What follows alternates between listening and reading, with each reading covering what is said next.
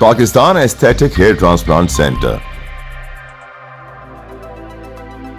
Pakistan aesthetic hair transplant centre گرتے ہوئے بالوں کا ابتدائی علاج بذریعہ ایڈوانس PRP جدید ترین ٹیکنالوجی کی بدولت PRP تیار کرنے اور انجیکٹ کرنے کا سائنٹیفک طریقہ. بین الاقوامی شہرت یافتہ hair restoration surgeon doctor Hanif Saeed کی زیر نگرانی. آلویز چوز دا بیسٹ کیونکہ معاملہ ہے بالوں کا. فون 0341 000 6060 0345 210 5338.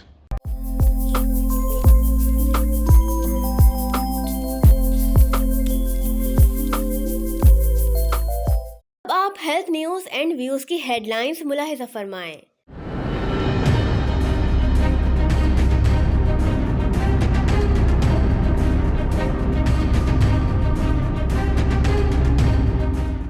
جامعات کے قیام کے بل پر حکمران جماعت کی اتحادی جماعتیں آمنے سامنے.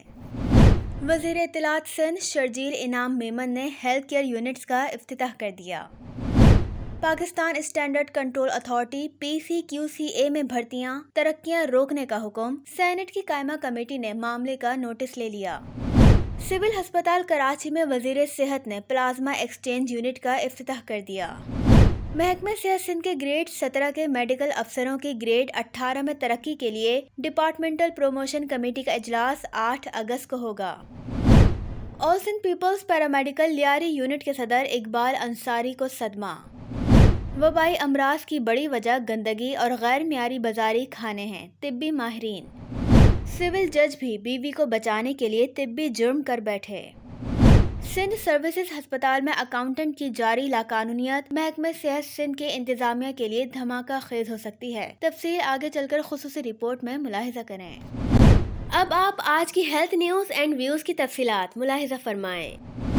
ملک میں نئی جامعات کے بل کے قیام کی منظوری پر پاکستان پیپلز پارٹی اور نون لیگ آمنے سامنے. اسپیکر کے چیمبر میں 38 منٹ کے مذاکرات بھی ناکام ثابت ہو گئے. وفاقی وزیر تعلیم دانا تنویر حسین کو پیپلز پارٹی اور اپنی جماعت نون لیگ کے ارکان اسمبلی کی مخالفت کا سامنا. ایک ہفتے کی رہ جانے والی حکومت نے 4 روز میں 54 بلز منظور کر کے نیا ریکارڈ قائم کر دیا. 35 بلز نجی جامعات کی منظوری کے تھے.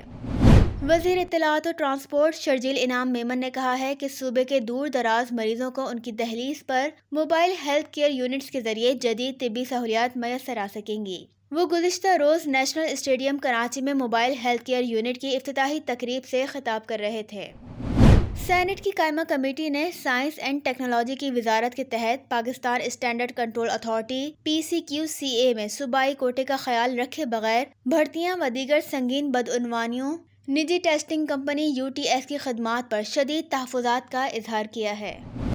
صوبائی وزیر صحت و بہبود آبادی ڈاکٹر عذرا فضل پیچوہو نے گزشتہ روز ڈاکٹر روت کے ایمفاؤ سول ہسپتال کراچی میں ڈاؤ یونیورسٹی آف ہیلتھ سائنسز کے 1998 بیچ کے تعاون سے پلازما ایکسچینج یونٹ کا افتتاح کیا جو مریضوں کو مفت خدمات فراہم کرے گا. اس موقع پر یونیورسٹی کے وائس چانسلر پروفیسر محمد سعید قریشی، یونٹ کی سربراہ پروفیسر نائلہ بھی موجود تھیں. پلازما ایکسچینج کو مختلف نیورولوجیکل حالات اور خون کے امراض کا محفوظ مؤثر طریقہ علاج تصور کیا جاتا ہے.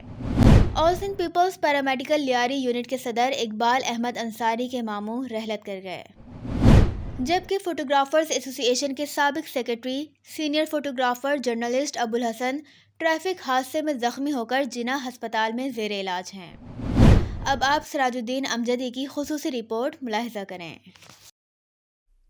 السلام علیکم ورحمۃ اللہ وبرکاتہ. میں ہوں سراج الدین امجدی اور آپ دیکھ رہے ہیں LDN کی خصوصی رپورٹ. آج کی رپورٹ کے مطابق رضوانہ تشدد کیس میں عدالت نے سول جج کی اہلیہ اور مذکورہ مقدمے کی مرکزی ملزمہ سومیہ عاصم کو 1 لاکھ روپے کے عوض 7 اگست تک کی عبوری ضمانت دے دی ہے، اور ملزمہ کے شوہر جو خود ملکی عدالتی نظام کا حصہ ہوتے ہوئے جج بھی ہیں، انہوں نے قومی سیاسی رہنماؤں کی طرح اہلیہ کو قانون سے بچانے کے لیے طبی جرم کا ارتکاب کر کے نفسیاتی مریضہ ہونے کا میڈیکل سرٹیفکیٹ بھی حاصل کر لیا ہے، اور جج صاحب نے سیاسی قیادت کی طرح حق سچ کی صحافت کو اپنے خلاف میڈیا ٹرائل کرنے کا شکوہ بھی کر ڈالا ہے۔ اسلامی نقطہ نگاہ سے باہمی معاملات میں عدل پر قائم رہنا ہر مسلمان پر فرض ہے۔ گواہی چھپانے والا اپنے نفس پر ظلم کرتا ہے۔ غضب و رضا ہر حال میں عدل پر قائم رکھنا نجات کا ذریعہ ہے، لیکن المیہ یہ ہے کہ جج صاحب نے اشرافیہ کی طرح قانون کا سامنا کرنے کے بجائے قانون کے پیچھے چھپنے کی کوشش میں، جب ریاست کے نظام عدل پر عوام کا اعتماد و یقین پہلے ہی غیر متزلزل ہے، جج صاحب کے حالیہ طرز عمل نے عدلیہ اور عدالتی نظام پر مزید کاری ضرب لگا دی ہے۔ حالانکہ منصف کی حیثیت سے وہ دیت کا راستہ اپنا کر اس حوالے سے نظام عدل کی سرخروی کا باعث بن سکتے تھے۔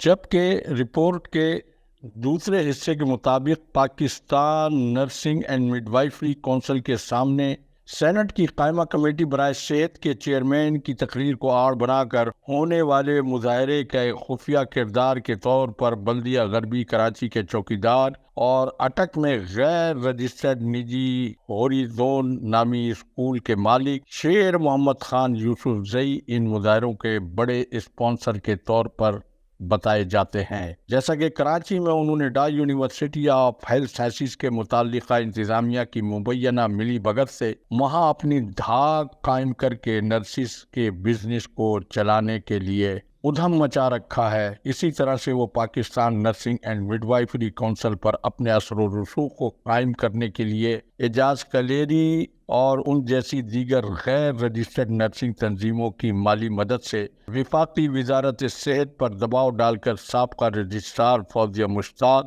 اور خلاف قانون اسسٹنٹ رجسٹرار یاسمین آزاد کو غیر قانونی طور پر کونسل میں مسلط رکھنے کے خواہش مند ہیں۔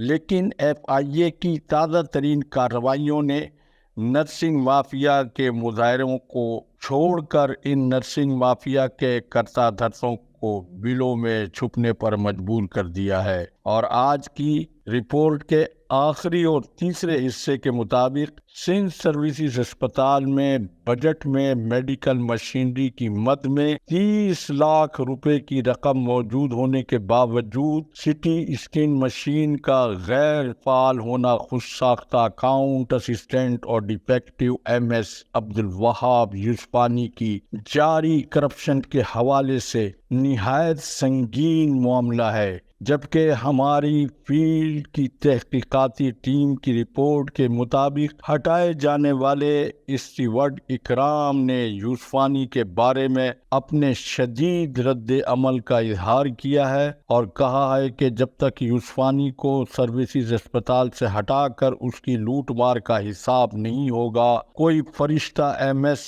لانے کے باوجود سرکاری ملازمین کا یہ بے مثال اسپتال بدنام ترین اسپتالی رہے گا۔ جبکہ اسٹور میں جمعرات کو ایل ڈی این کی وائرل ہونے والی ویڈیو سے اسٹور کے عملے میں کافی ہلچل مچی رہی اور اصل اسٹور کیپر قادر بخش کو چیف منسٹر ہاؤس ڈسپینسری میں تبادلے کا حکم کا مرکزی کردار یوسفانی کو ہی قرار دینے کا معاملہ زیر بحث رہا۔